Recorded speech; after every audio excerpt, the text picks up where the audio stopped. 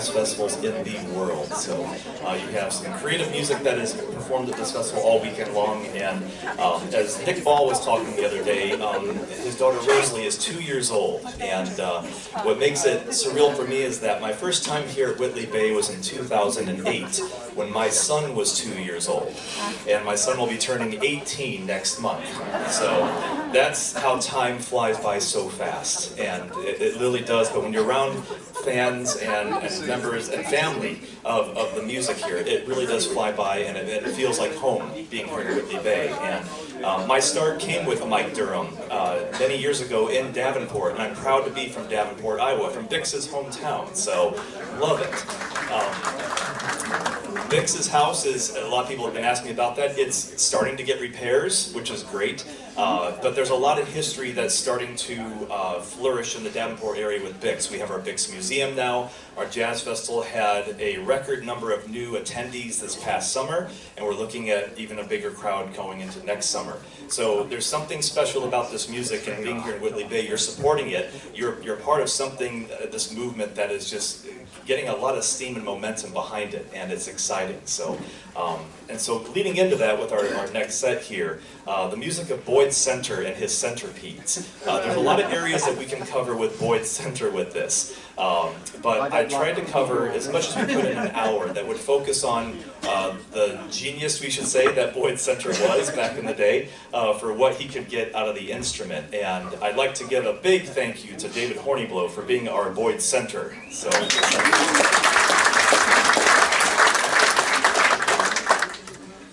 a couple of the notes just with Boyd Center. I'll be talking about him as we go through the set here, so you can learn a little bit about him. He was born November 30th of 1898 in Lyons, Nebraska, which is right in the heartland of the United States there. Very boring area of the country to live in. If you're driving through it, it's pretty boring.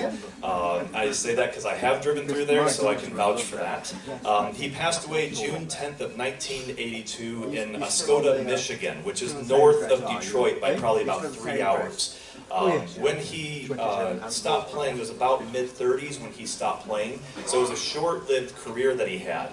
And when he moved to Michigan, I want to make sure I have the notes right, because Brian Rust had a chance to interview Boyd Center when he was still living. And he said that Boyd was selling saw blades, grits, polishes, drills, and fishing tackle in Michigan, and not playing music anymore. But there's a great interview I have from him from the 1950s. It's called Composite, where he made a trip to Detroit, and it was Boyd Center and Gene Goldkett being interviewed for the radio. And he has a really high, nasally voice. So when you hear Michael McQuaid playing here, he actually has a speaking part of Boyd Center in the song, and he's going to try to sound like Boyd Center the best he can. So to really nail it there. But he was known as the Jazzologist Supreme because he could play every instrument. That's what he claimed to be. He was an average trumpet player, but could play banjo, could play clarinet, saxophone. And if you see some of the sheet music, you actually see his head on every single body amongst the entire 10-piece dance band, because he wanted to be the man that could play them all. He was really inspired by the ODJB records, and so you kind of hear that influence of his playing as well. But his first recordings came through the Autograph label in 1924, and I reached out to Colin Hancock to see if he had a record of the particular song we're going to play, and he said he didn't, because it's very hard to find as a sought-after record.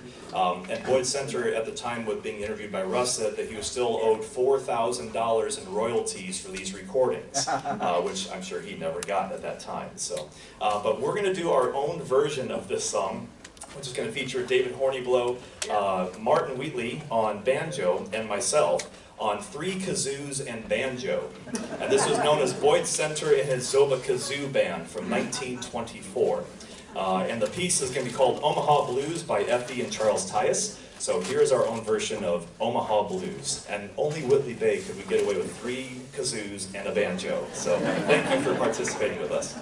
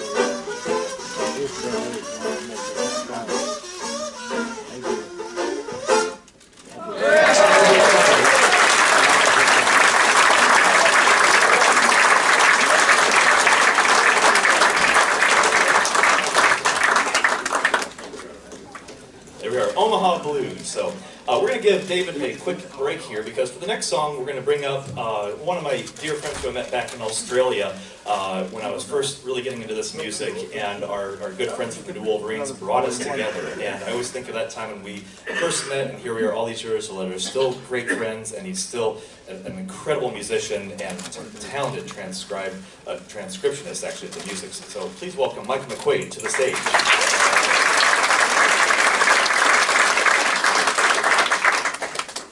So the next song, we're going to be going into the Boyd Center trio music now, doing quite a few numbers. As I said, we wanted to kind of mix it up with some small groups, some big group, as well as the trio work here. So, and we brought David Boeddinghaus to the piano, who's going to do the Jack Bristol piano part too. I want to give special recognition to Martin Wheatley when he gets to the guitar. He transcribed out all the Eddie Lang guitar solos that were on the recording. So a big, big thank you to him for that, so we actually sound like the trio. Okay, so on this song, Michael's going to be playing alto sax, then switching to trumpet, then switching to clarinet, which is what Boyd Center did on the actual recording. So this is Jelly Roll Morton's version of Steamboat Stomp. Oh, yeah.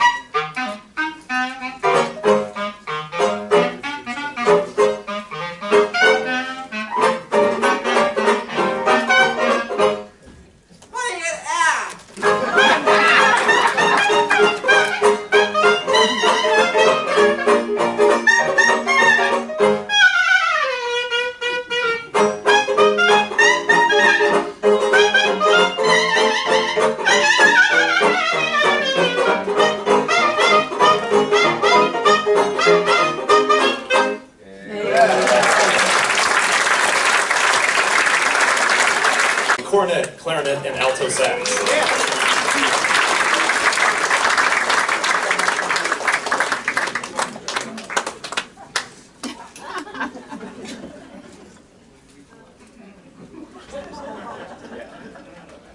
From one Boyd Center to another Boyd Center. All right, so we're going to welcome David Horniblow back to the stage, who's going to give us 3 more trio numbers here. Again, so many to pick from, but I found a few that I thought would really feature those Boyd centrisms the best there. And they describe Boyd centers playing as being farmyardish. And the way that he defined his sound was as corn. That like kind of corny, but he shortened it just, it sounds like corn. So you'll kind of see kind of the Midwest connection too, which is why I was kind of drawn into this. But at a young age, I heard the clarinet and like, why does it sound so cool? And I remember taking it into my high school band director, like, hey, why can't our clarinetists sound like this? And they were just shaking their head like, no, we want them playing smooth and beautiful. I'm like, but this is hot, this sounds good. So you're gonna hear David really having a good time with this. It's been fun hearing him practice it and hearing him at the rehearsal. So here's the Boyd Center Trio version of Clarinet Tickle.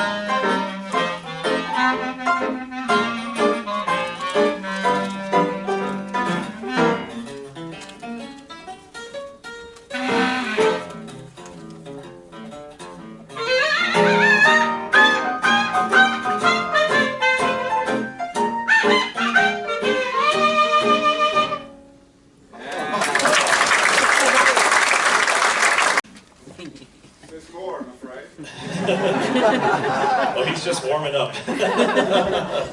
Now you're going to have to get out of that mood for the rest of the day. So the next one was a pop tune of the 1920s, and Boyd Center made his own arrangement of it with his trio. And there was some discussion, too, at some point with his trio if it was actually Boyd Center, Eddie Lang, and Arthur Shutt. But when Brian Rust was talking with Boyd Center, he said, no, we never had Arthur Shutt with us. It was always Jack Russell on piano. And so I just wanted to confirm that for those of you out there like, well, what is Arthur Shutt in there? That would have been amazing if it was, but Jack Russell does a phenomenal job at piano as well. So here is the Boyd Center Trio version of Hot Lips. Oh.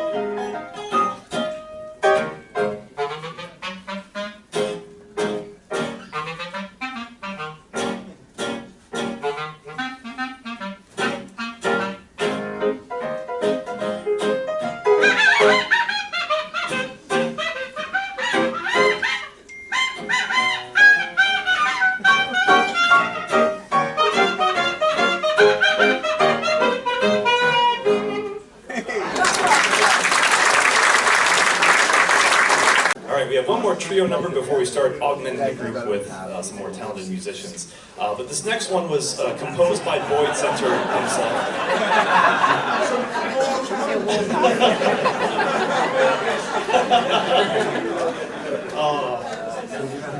We're moving on up, that's right.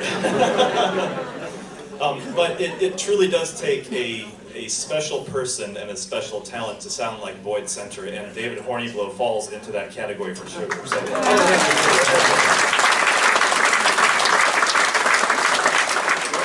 So this one was composed by Boyd Center, and this will be the last of the trio numbers. And I thought, you know, should I plan a whole set of just Boyd Center trio? Like, well, there may be some people that are like, no, I can't take more of that clarinet. But you're going to hear some other music of Boyd's, of course. But this one, I think, is one of my favorites that he does as the trio. It's entitled Boss of the Stomps. Ooh.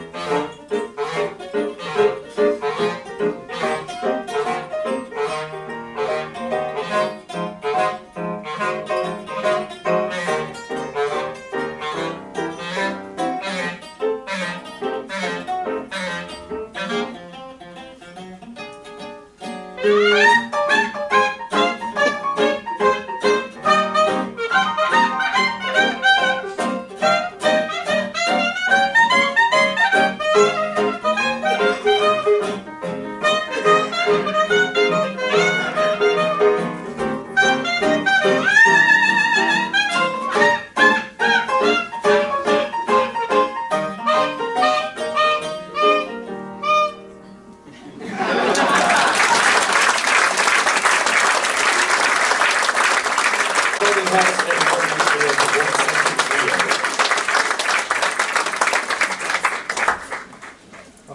all right, so we're going to bring some of the musicians up here. We're going to invite up Jon-Erik Kellso on cornet, and Mike Davis can be coming up to sing a few here in a little bit as well, which he's not in your program, but there's 2 songs that we had that we would love to use his vocal. How about his vocals yesterday on the set? Absolutely beautiful.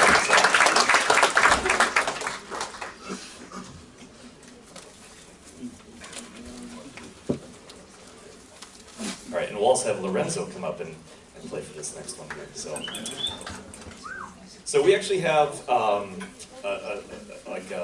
smaller group here that Boyd Center is starting to get with bigger groups as time was going on. His first recordings were made in Chicago and then New York and Hollywood. And so this next one was recorded in New York.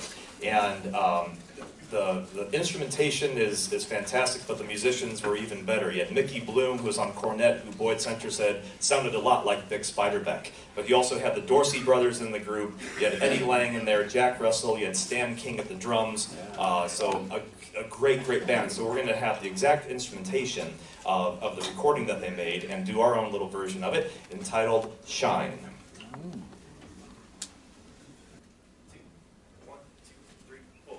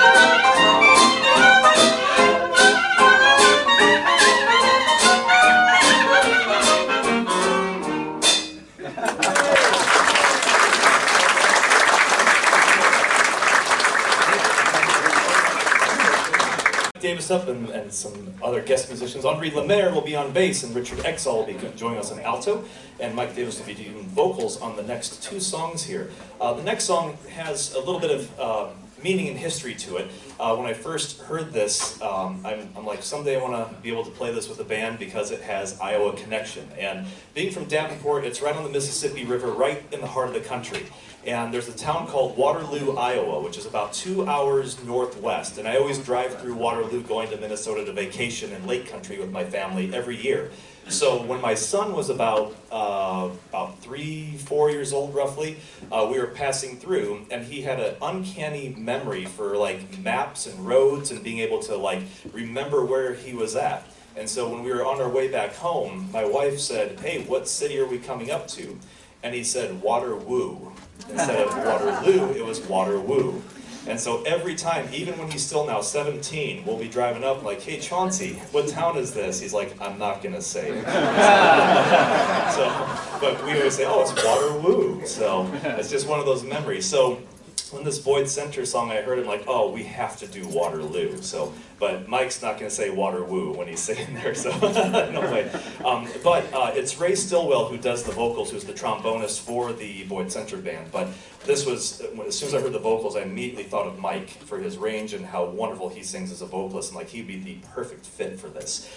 So we're going to give you the Boyd Center version of Waterloo.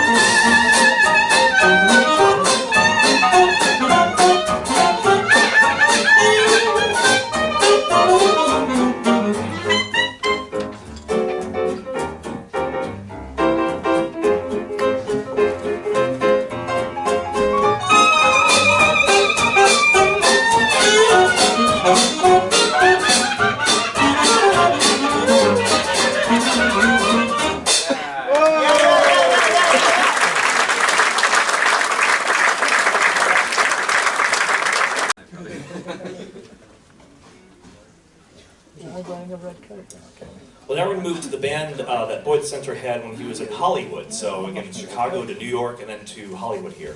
And Mike will be featured on vocals again with this one. That connection with Waterloo, Iowa, is that during Boyd's days of touring through kind of the Midwest there, Nebraska, Iowa, South Dakota and all that, he picked up a young trombonist named Glenn Miller, who was playing with the band at the time. And this is pre-Ben Pollock days and all that. He said that Glenn Miller was not the greatest improviser, so he just had him reading parts and all that. He's like, he could arrange, but he was not good at improvising. When I did a gig back home, again, a beautiful thing about living in the Midwest and in that area is that when I'm doing gigs, people come up to me, and I'm about the only 1920s guy in my area there. So they're coming up like, hey, I have this old photo. I'm like, oh, great. So on a gig one time, this lady came up and said, if you can identify any of the musicians in this photo, you can have it. And I said, that's Boyd Center right there. And she's like, how do you know that? And she was like 60 and I was like 18. I said, well, this is the music I love. I said, but then that's Glenn Miller leaning on the piano. And it was taken in Sioux Falls, South Dakota when they were on tour. So it was about like 1926, 27 roughly. And some of you may see a pose where they're all like standing, and it's been on like a couple CD covers. Well, this is the alternate pose. And she had just happened to get it in her junk shop. And so she's like, well, a deal's a deal, here's the photo. So I have it framed at home of Boyd Center there. One thing he mentioned about Tommy Dorsey I didn't want to forget is that he said when Tommy Dorsey entered the band, he had a really bad problem stuttering when he talked. And so he's like, I think his trombone playing helped correct that with my band. So he was trying to take credit for curing Tommy Dorsey's stuttering problem. So, yeah. So they're fun little things there. His clarinet was jewel-studded, and he liked to explain it as being like farm-yardish sounds that were coming out of there. So, which I think David is doing a splendid job of doing that. So. So the next one, June 1930, one of the first recordings he made during his days in Hollywood on the West Coast here. And I think after that, about early 30s to mid 30s, that's when he just decided to give it up at that point and move back to the Midwest and the Michigan area there. So, but this song is entitled Smiles, and will feature Mike Davis on vocals as well. 1, 2.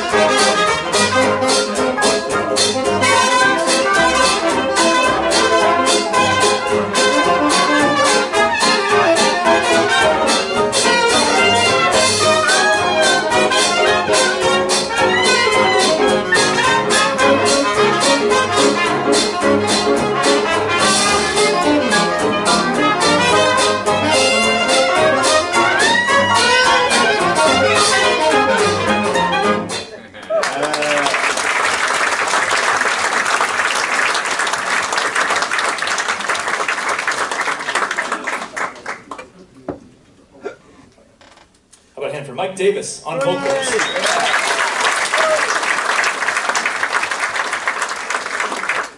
So many years ago, I was able to get some music collections in my house, and it's now in the basement of our house in file cabinets. And while going through these different collections, I found a piece of music that was handwritten, and it said Boyd Center on it. I'm like, well, what is this? And it was a new composition that he had never recorded. But it said, like it actually said, new composition, Boyd Center, in his own handwriting, was just a lead sheet. And so I played a couple times with my group at home, but I'm like, well, this would be the perfect opportunity here in Whitley Bay to play it with a group for the first time like this. So, like in the same instrumentation and everything. So, so the song that we're going to play for you, he titled Too Soon. And I don't know what era it was written in. It could have been after his retirement, I'm not sure. But it has that vintage Boyd Center sound to it. So there's really not much to say about it. It's composition, and you're pretty much going to be the first ones to hear it in this format. So only at Whitley Bay can you do things like that, and I love it. So here is his composition of Too Soon. 1, 2, 3, 4.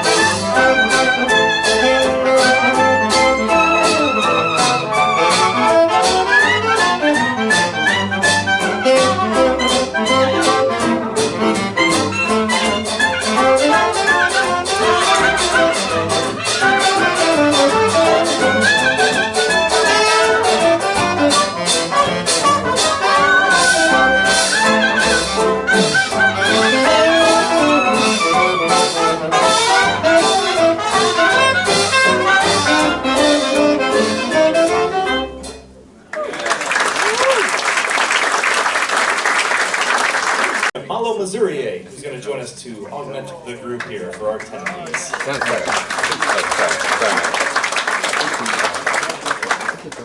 So the last two songs we have are 10-piece ensembles that were written and arranged by Boyd Center. And I thought, what a way to close out a program like this. We start with a trio and we've augmented all the way to the 10-piece here. The next song was recorded as a trio, but this is a great, back in the day, a stock arrangement that he had actually arranged of this particular composition. And I thought, well, this would be a good chance to play it with this group of musicians. So here is Boyd Center's composition of Bucktown Blues.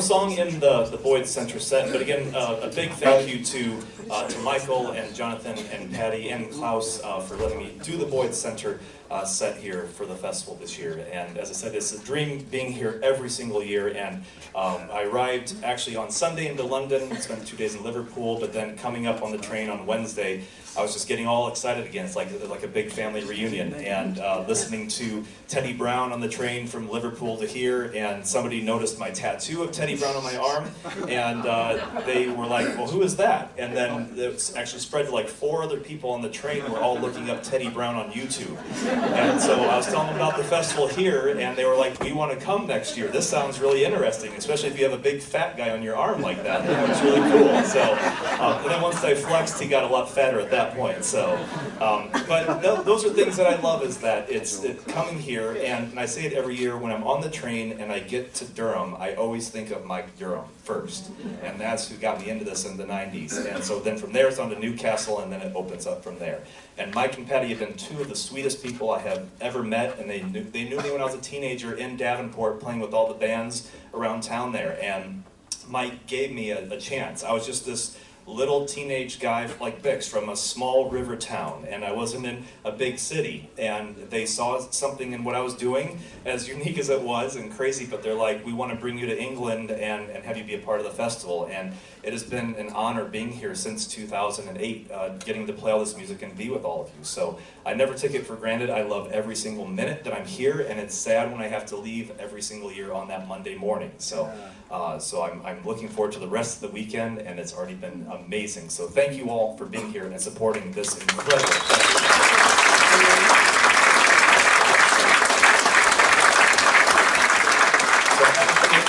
All these, again, wonderful musicians. The star of the hour, we have Mr. David Horniblow as well. We have Lorenzo Baldasso on tenor sax. Richard Exall on alto sax. Jon-Erik Kellso on trumpet. Malo Mazurie on trumpet. Alistair Allan on trombone. David Boeddinghaus on the piano.